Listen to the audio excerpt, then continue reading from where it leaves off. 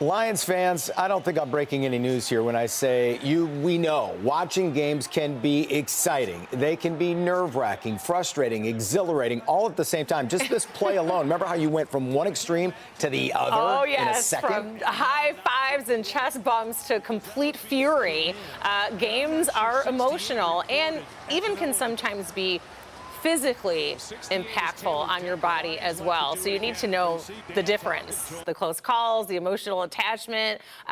It could lead to heart troubles. You could have underlying heart conditions that could exacerbate. 100%. Joining us this morning, Dr. Herb Aronow, Medical Director of Heart and Vascular at Henry Ford Health. Appreciate you coming in again. Yeah, good morning. And many times my wife will hear me downstairs watching the game and come running. Is everything okay? So, I mean, she's literally checking on me. What signs do you think should we pay attention to that mean it's more than just game day stress? Yeah, well, your wife's asking the right questions. I think, look, it's normal to, as you climb the stairs at Ford Field, or maybe you're rushing to get to your seat in time for kickoff, or you just watch that beautiful over-the-shoulders catch in the deep corner of the end zone as another touchdown is scored by the Lions. All those things are going to make your heart rate jump up a little bit. They'll maybe make you breathe a little bit faster. That's just part of what we call a fight or flight response. But that should all settle down after a few minutes. In other words, 10 minutes later, your heart shouldn't still be pounding or racing away. You shouldn't feel short of breath. So if those things persist, or maybe you're feeling jaw discomfort or neck discomfort or some pressure in the chest, as an example, or you feel lightheaded, those aren't normal responses, and those are things that should make you seek medical attention right away. Okay. So is this something that could happen to the average person or someone that actually has an underlying heart condition? Meaning if you do have a heart issue, this is something that could happen?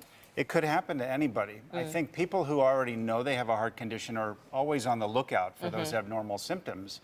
But people who've never had a symptom before could have their first symptom at a football game. Those are really emotionally charged situations as you're rooting for your favorite team, and a lot of things happen that could trigger an event.